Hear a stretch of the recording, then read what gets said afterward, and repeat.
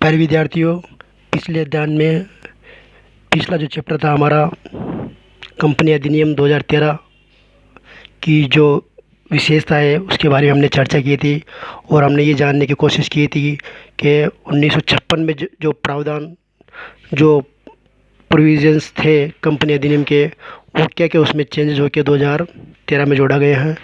तो हमने विस्तारपूर्वक उसका अध्ययन किया था। आज हमारा टॉपिक रहेगा कंपनी की परिभाषाएं और उसका अर्थ और उसके बाद में उसकी विशेषताएं। तो सबसे पहले क्वेश्चन लगभग इसका आता है, वो बड़ा क्वेश्चन आता है। वो क्वेश्चन आता है आपके कंपनी को परिभाषित कीजिए और कंपनी की विशेषताएं बताइए। बड़ा क्वेश्चन आएगा, define a company, describe the nature of A company. ठीक है, इस प्रकार क्वेश्चन आता है बड़ा, तो आज हम उसके बारे में चर्चा करेंगे। कंपनी क्या होती है? कंपनी से तात्पर्य व्यक्ति के किसी भी ऐसे संगठन या संघ, ऑर्गेनाइजेशन या एसोसिएशन जो फॉर्मल या इनफॉर्मल होते हैं, जो औपचारिक भी हो सकते हैं और अनौपचारिक भी हो सकते हैं, जो कि सामाजिक, सोशल या सामाजिक आर्थिक उद्देश्य हेतु बनाया जाता है। जो जैसे partnership firm, Hindu joint family, Hindu business society, corporate society अथवा ट्रेड यूनियन हो सकता है। इसके बाद में हम देखते हैं वर्तमान समय जो आज की बात करते हैं, ऐसा भी देखा गया है कि कुछ बिजनेस ऑर्गेनाइजेशन ऐसे होते हैं जो अपने आप का कंपनी एक्ट के अंतर्गत विदाउट रजिस्ट्रेशन करवा के, बिना रजिस्ट्रेशन करवा के अपने नाम के साथ कंपनी वर्ड का यूज़ करते हैं, जैसे अमन एंड कंपनी। लेकिन वैधानिक रूप से इन्हें कंपनी नहीं कहा जा सकता जब तक कि कंपनी एक्ट के अनुसार इनका रजिस्ट्रेशन का मतलब समामेलन नहीं कर लिया गया है। किसी भी संगठन को वैधानिक रूप से कंपनी तभी कहा जा सकता है जब उस संगठन का समामेलन कंपनी अधिनियम 2013 या इसके अर्लियर कंपनी लॉ के अंतर्गत हुआ है। ठीक है, ये इसका मेन जो बात है वो है कि कंपनी से तात्पर्य ऐसे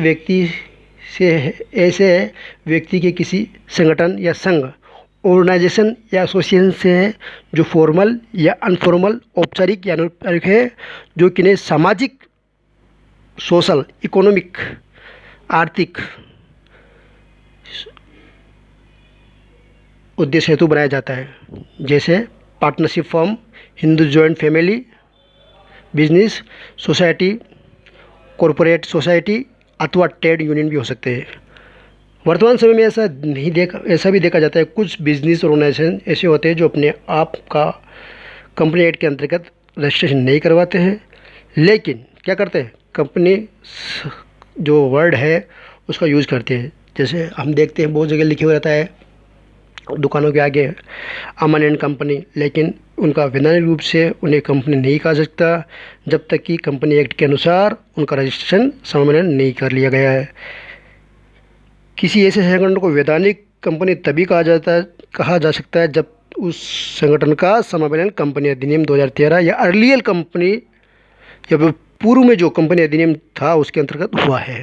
तो ये था इसको थोड़ा समझने के लिए सामान्य शब्दों में।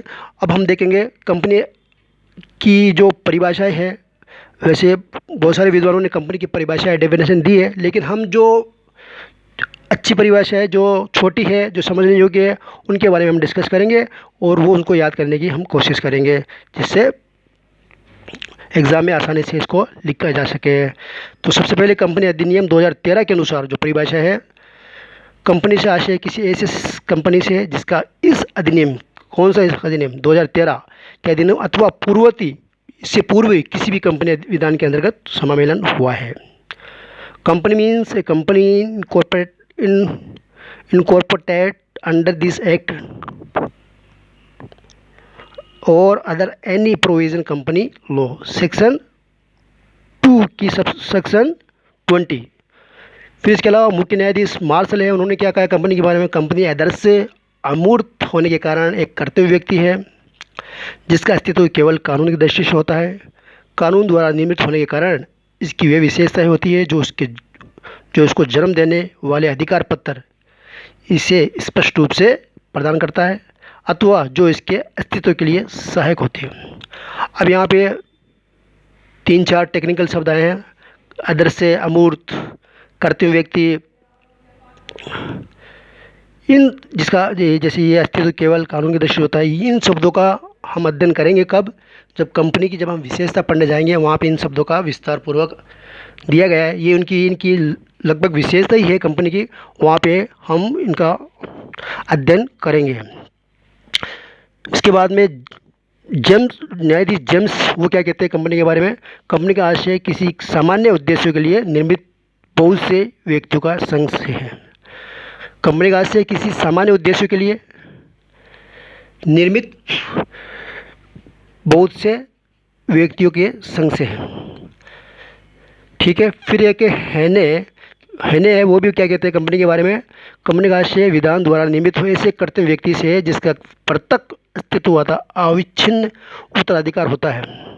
अस्तित्व या अविच्छिन्न उत्तराधिकार इनके या उसकी एक समुद्रा होती है। ये जो शब्द आया है समुद्रा, अविच्छिन्न उत्तराधिकार या प्रत्यक्ष अस्तित्व, ये सब हम जो कंपनी की विशेषता है उसके बारे में उसमें दे रखा है, उसमें हम विस्तार पूर्वक इनको शब्दों को हम जानेंगे क्या होते हैं ये। फिर निष्कर्ष रूप से हम कह सकते हैं कि कंपनी का आशय कंपनी अधिनियम के अधीन निर्मित एक कर्तव्य व्यक्ति से जिसका अपने सदस्य से प्रत्यक्ष अस्तित्व एवं अविच्छिन्न उत्तराधिकार होता है। साधारणतः ऐसी कंपनी का निर्माण किसी विशेष उद्देश्य की प्राप्ति के लिए होता है और इसकी समुद्रा होती है। कंपनी अधिनियम 2013 के नए प्रावधानों में सभी कंपनियों को व्यक्तियों का स्वैच्छिक संगठन नहीं माना गया। ये इंपॉर्टेंट बात है। कंपनी अधिनियम 13 में क्या जोड़ा गया है? नए प्रावधान में सभी कंपनियों को व्यक्तियों का स्वैच्छिक संगठन नहीं माना जा सकता है। तो ये है उनकी कंपनी का परिभाषाएं दी। 3 राइटर हैं यहाँ पे, उनका अध्ययन किया। और भी राइटर है लेकिन हमने ये मुख्य जो राइटर थे उनका यहाँ पे जिक्र किया है। इसके अलावा निष्कर्ष रूप से हमने कंपनी का अर्थ देखा है। उसके बाद में नेक्स्ट है कंपनी की विशेषताएं, कैरेक्टरिस्टिक्स ऑफ कंपनी।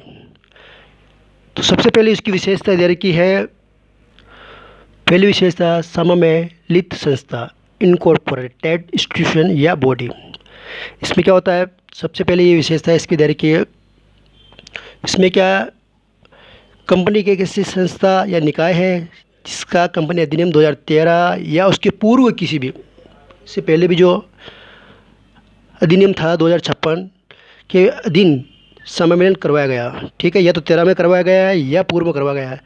कोई भी कंपनी जिसका सम्मेलन नहीं हुआ है उसे अधिनियम के प्रावधानों के अनुसार कंपनी नहीं माना जाता है। ठीक है, इसका हमने पहले भी जिक्र किया। जैसे बहुत सारे हम देखते हैं लिखा हुआ रहता है बाहर दुकानों में या कार्यालयों में अमन एंड कंपनी, लेकिन लिखा तो रहता है लेकिन उनको हम तब तक कंपनी नहीं मान सकते जबकि कंपनी अधिनियम के अंतर्गत उनका सम्मेलन नहीं हुआ है।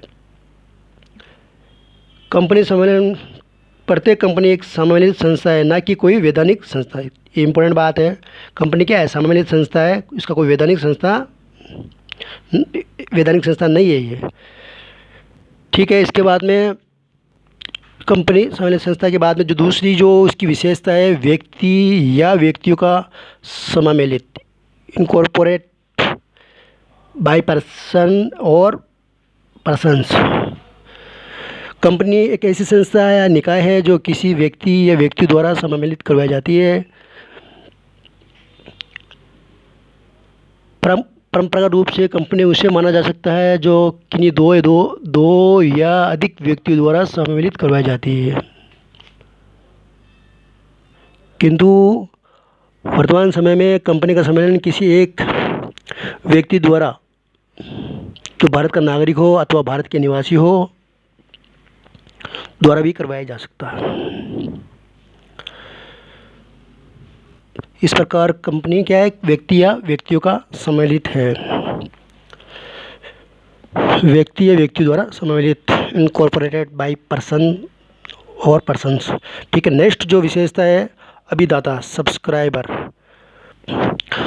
प्रत्येक कंपनी का सम्मेलन अभिदाता या अभिदाताओं द्वारा करवाया जाता है। आज ये जो 2013 अधिनियम आया उसमें एक व्यक्ति कंपनी ओपीसी की दशा में भी एक अभिदाता होता है, जबकि किसी निजी कंपनी के लिए कम से कम 2 अभिदाता अथवा किसी भी सार्वजनिक कंपनी के लिए कम से कम 7 अभिदाता होना अनिवार्य है। वे एकांकी अभिदाता या तो सभी अभिदाता कंपनी के सीमा नियम पर हस्ताक्षर कर कंपनी के रजिस्टर को कंपनी के सम्मेलन हेतु इच्छा प्रकट कर इसके सम्मेलन के लिए आवेदन कर सकते हैं।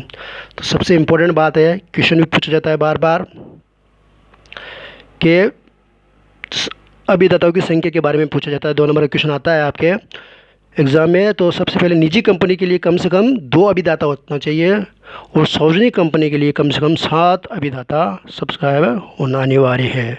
और एक कंपनी के लिए एक ओपीसी, एक व्यक्ति कंपनी के लिए क्या एक ही अभिदाता होना ज़रूरी है। तो यहाँ पे ये ध्यान रखना ज़रूरी है, किसी भी प्रकार कंपनी के निर्माण में किन्हीं 2 या 7 व्यक्ति द्वारा किया जा सकता है। जाने 2 तो कब चाहिए निजी कंपनी के लिए और 7 किसके लिए चाहिए, सार्वजनिक कंपनी के लिए और ओपीसी के लिए एक अभिदाता चाहिए। इस प्रकार नेक्स्ट जो विशेषता है वह सदस्यों की न्यूनतम व अधिकतम संख्या, maximum and minimum and maximum number of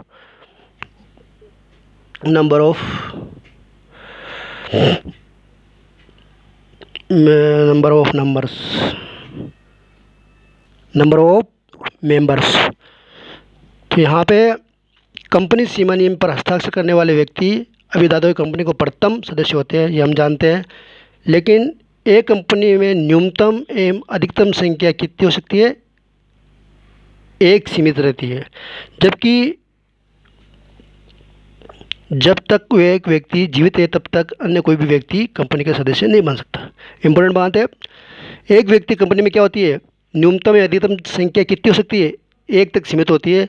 जब तक कि वह व्यक्ति जीवित है तब तक अन्य कोई भी व्यक्ति कंपनी का सदस्य नहीं बन सकता। लेकिन निजी कंपनी में कम से कम कितने हो सकते हैं सदस्य, निजी कंपनी में कम से कम 2 सदस्यों का होना अनिवार्य है, किंतु निजी कंपनी में अधिकतम संख्या 200 हो सकती है। नया प्रावधान जो जोड़ा गया 2013 में, अधिकतम जो संख्या कितनी हो सकती है, 200, और न्यूनतम सदस्य की संख्या निजी कंपनी की बात कर रहे हैं हम 2 होगी और अधिकतम 200 हो सकती है। उसी प्रकार सार्वजनिक कंपनी में न्यूनतम सदस्यों की संख्या 7 होगी और इसके अधिकतम संख्या पर कोई भी प्रतिबंध नहीं है। ठीक है, कोई इसका प्रतिबंध नहीं है, कोई भी 400 भी हो सकती है, 500 भी हो सकती है, 600 भी हो सकती है, जो भी है वो हो सकती है। तो यहाँ पे नेक्स्ट विशेषता है, इस प्रकार चौथी विशेषता हो गई, विधान के अधीन निर्मित करते हुए व्यक्ति, a artificial person formed under law. Company विधान के प्रावधान के अनुरूप निर्मित एक करते हुए व्यक्ति होती है। जो न्यायमूर्ति मार्शल है वो कहते हैं कंपनी आदर्श से अमूर्त अदा करते हुए व्यक्ति है जिसका अस्तित्व केवल कानून की दृष्टि से होता है। तो ये क्या कहते हैं कंपनी आदर्श से अमूर्त अथवा करते हुए व्यक्ति जिसका अस्तित्व केवल कानून की दृष्टि से ही होता है। फिर आगे लॉर्ड चांसलर सोलबल जो बड़ा विद्वान है वो कहते हैं ये कानून की कल्पना मात्र है, it is a mayor abstract of law. इसको करते हुए व्यक्ति कहने का कारण यह है कि इससे जन्म देने वाला ईश्वर नहीं होता। कंपनी का जन्म विधान द्वारा होता है अथवा कंपनी को जन्म एवं मृत्यु पर विधान का ही नियंत्रण होता है, ईश्वर का नहीं। इसके अतिरिक्त इसके स्वरूप को प्रत्यक्ष रूप से देखा और छुआ भी नहीं जा सकता। इसका स्वरूप अदृश्य होता है जबकि प्राकृतिक मनुष्य को देखा और छुआ जा सकता है।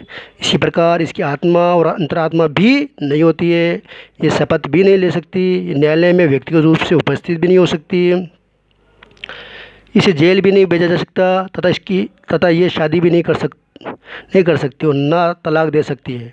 इन सभी कमियों के कारण ही कंपनी को एक करते हुए व्यक्ति के रूप में माना जाना जाता है। लेकिन इम्पोर्टेंट बात यह है, इतना सब कुछ होने के उपरांत भी इसे जाली या काल्पनिक फिक्टिशियस व्यक्ति नहीं है, अपितु वास्तविक व्यक्ति है। इसके अनेक कारण हैं। कंपनी प्राकृतिक मनुष्य की तरह ही अपने नाम से संपत्ति खरीद सकती है, अपने नाम से प्राकृतिक व्यक्ति के माध्यम से अनुमान कर सकती है तथा अपने ही नाम से अन्य पक्षकारों पर न्यायालय में वाद प्रस्तुत कर सकती है तथा अन्य पक्षकार भी कंपनी के नाम से वाद प्रस्तुत कर सकते हैं। दूसरे शब्दों में, इजी शब्दों में हम ये कह सकते हैं, दूसरे शब्दों में कंपनी के भी उतने ही व्यावसायिक दायित्व व अधिकार होते हैं जितने कि एक प्राकृतिक व्यक्ति के। इस प्रकार सभी वैधानिक उद्देश्यों की पूर्ति की दृष्टि से कंपनी भी ठीक उसी प्रकार का एक व्यक्ति है जिस प्रकार एक प्राकृतिक व्यक्ति है। ठीक है। नेक्स्ट विशेषता है पृथक वैधानिक अस्तित्व, सेपरेट लीगली इंटाइट। इसकी एक भारत के उच्चतम न्यायालय के भूतपूर्व मुख्य न्यायाधीश, जिनका नाम है हिदायतुल्लाह, वो लिखते हैं समामिलित कंपनी का पृथक वैधानिक अस्तित्व होता है। क्या होता है? पृथक वैधानिक अस्तित्व होता है तथा कानून उसे अपने सदस्य पृथक मानता है। कानून क्या कहता है? सदस्य से पृथक है ये, ऐसा पृथक अस्तित्व समामिलन होने से ही उत्पन्न हो जाता है। दूसरे शब्दों में कंपनी का अस्तित्व उनके सदस्यों या अस्तित्व सदस्यों से भिन्न एवं स्वतंत्र होता है जो कंपनी की स्थापना करते हैं, उसके अंश खरीदते हैं। इसके संदर्भ में एक इंग्लैंड के हाउस ऑफ लॉर्ड के सोलोमन एंड कंपनी के मामले में इस सिद्धांत को अपनाया गया है। ठीक है। कौन सा केस है? बहुत ही इंपॉर्टेंट केस है, सोलोमन एंड कंपनी, जो आगे हम पढ़ेंगे। तो निष्कर्ष रूप से हम यही कह सकते हैं कि कंपनी का क्या होता है? पृथक वैधानिक अस्तित्व होता है, सेपरेट लीगल एंटाइटी होता है। फिर नेक्स्ट है अविच्छिन्न उत्तराधिकार स्थायी अस्तित्व। ठीक है।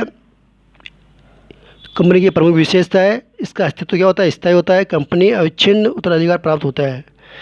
इसका कारण यह है कि विधान के अधीन बनाई जाती है अथवा केवल उसी विधान के अधीन ही उसका विघटन किया जा सकता है। इसके सदस्य की मृत्यु, दिवालियापन, निवृत्ति आदि का कंपनी के अस्तित्व पर कोई भी प्रभाव नहीं पड़ता है।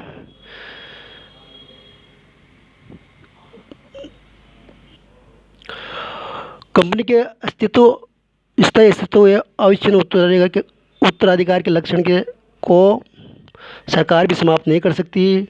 सरकार किसी भी कंपनी के संपूर्ण व्यवसाय को अवैध घोषित करके या राष्ट्रीयकृत नेशनलाइजेशन करके या उसके व्यवसाय का अधिग्रहण टेक ओवर करके भी उस कंपनी के अस्तित्व को समाप्त नहीं कर सकती। इम्पोर्टेंट बात है। इसी प्रकार लॉर्ड चांसलर ग्रोवर है, वो लिखते हैं युद्ध काल में एक निजी कंपनी के समस्त सदस्य बम विस्फोट में उस समय मारे गए जबकि साधारण सभा चल रही थी, फिर भी कंपनी का अस्तित्व बना रहा एवं कंपनी बम की एक हाइड्रोजन बम भी कंपनी के अस्तित्व को समाप्त नहीं कर सकते। तो इस प्रकार हम कह सकते हैं कंपनी के सदस्य आते जाते रहते हैं किंतु कंपनी का अस्तित्व क्यों सदैव बना रहता है। Members may be go and member may be come but company goes on for ever. ठीक है। नेक्स्ट जो विशेषता है इसकी सर्वमुद्रा कॉमन सील। कंपनी की एक सर्वमुद्रा होती थी पहले, जो परंपरा तौर पर एक कंपनी की क्या होती है, एक सर्वमुद्रा होती थी जिस पर नाम खुदा होता था, किंतु अब कंपनी चाहे तो अपनी कंपनी सर्वमुद्रा रख सकती है अथवा नहीं। ये कंपनी की कोई कंपनी चाहे तो अपनी सर्वमुद्रा रख सकती है अन्यथा नहीं। यदि कंपनी की कोई सर्वमुद्रा नहीं होती है तो कंपनी द्वारा कोई भी अनुबंध या प्रलेख निष्पादित किया हुआ तब मान लिया जाएगा जबकि उस कंपनी के दो संचालक अथवा किसी एक संचालक अथवा कंपनी सचिव के हस्ताक्षर होंगे। तो यानी कि कहने का मतलब है पहले ये अनिवार्य था, ये कॉमन सील होती थी, एक सील होती थी जो जिसमें नाम खुदा होता था कंपनी का, लेकिन इसमें कुछ चेंजेस किए गए 2000 कंपनी अधिनियम 2013 के अंतर्गत। तो यहाँ पे क्या चेंजेस किए गए, उस कंपनी के दो संचालक अथवा किसी एक संचालक अथवा कंपनी सचिव के हस्ताक्षर होंगे तो भी ये काम पूरा हो जाएगा। नेक्स्ट विशेषता है सीमित दायित्व, लिमिटेड लायबिलिटीज़। कंपनी का सामान्य अंशों द्वारा सीमित कंपनी के सदस्यों का दायित्व क्या होता है? उनके क्रय किए गए अंशों के अंकित मूल्य के अद्यत भाग तक सीमित होता है। ठीक है, उनका दायित्व क्या होगा? सदस्यों का सीमित होगा। नेक्स्ट है अंश पूंजी, शेयर कैपिटल। कोई भी कंपनी अंश पूंजी के साथ अथवा बिना अंश पूंजी के पंजीकृत भी कराई जा सकती है। जो कंपनी अंश पूंजी के साथ पंजीकृत करवाई जाती है उनमें न्यूनतम अंश पूंजी का होना आवश्यक नहीं है।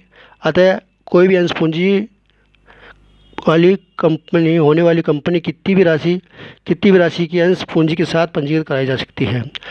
ठीक है, मोटी बात यह है कि कोई भी कंपनी अंश पूंजी के साथ अथवा बिना अंश पूंजी पंजीकृत करवाई जा सकती है। यहाँ तक कि जो कंपनी अंश पूंजी के साथ पंजीकृत करवाई जाती है उनमें भी न्यूनतम अंश पूंजी का होना आवश्यक नहीं है। अतः कोई भी अंश पूंजी वाली कंपनी की कितनी ही राशि अंश पूंजी के साथ पंजीकृत करवाई जा सकती है। तो ये चेंजेज आया इसमें। फिर नेक्स्ट है अंतरणीय अंश, ट्रांसफरेबल। ठीक है, कंपनी के अंश अंतरित किए जा सकते हैं। नेक्स्ट है अभियोग योग्यता, ability to show and to be showed. इसका मतलब ये है कंपनी अन्य पक्षकार पर वाद प्रस्तुत कर सकती है अथवा अन्य पक्षकारी कंपनी पर वाद प्रस्तुत कर सकते हैं। ठीक है, नेक्स्ट है प्रत्यक्ष संपत्ति, सेपरेट प्रॉपर्टी। कंपनी की संपत्ति उसके अधिकारियों की संपत्ति नहीं है, अपितु कंपनी की ही अपनी ही संपत्ति है। ठीक है, इम्पोर्टेंट बात है, कंपनी की संपत्ति इसके अंशधारियों की नई संपत्ति नहीं है, अपितु किसकी संपत्ति है? स्वयं कंपनी की है। फिर नेक्स्ट है अनुमान करने की क्षमता। ठीक है, कंपनी के अनुमान करने की क्षमता उसके सीमा नियम के भीतर कंपनी की अनुमान करने की क्षमता उसके सीमा नियम की सीमाओं के भीतर ही होती है। सीमा नियम के सीमा के बाहर जाकर किया गया प्रत्येक अनुमान कंपनी अधिनियम के बाहर होता है। अतः ऐसा अनुमान वैध परिवर्तनीय नहीं होता है। नेक्स्ट है प्रबंधकीय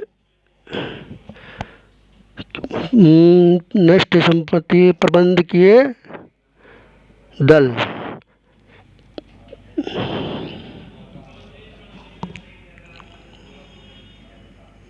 नेक्स्ट कौन सा है? प्रबंधकीय दल। इसमें प्रत्येक कंपनी का प्रबंध प्राय एक प्रबंधकीय दल द्वारा किया जाता है। इस दल में सबसे प्रबंधकीय दल द्वारा किया जाता है। इस दल में एक संपूर्ण संचालन मंडल होता है। ठीक है, इस प्रकार हमने कंपनी अधिनियम की विशेषताएं पढ़ी।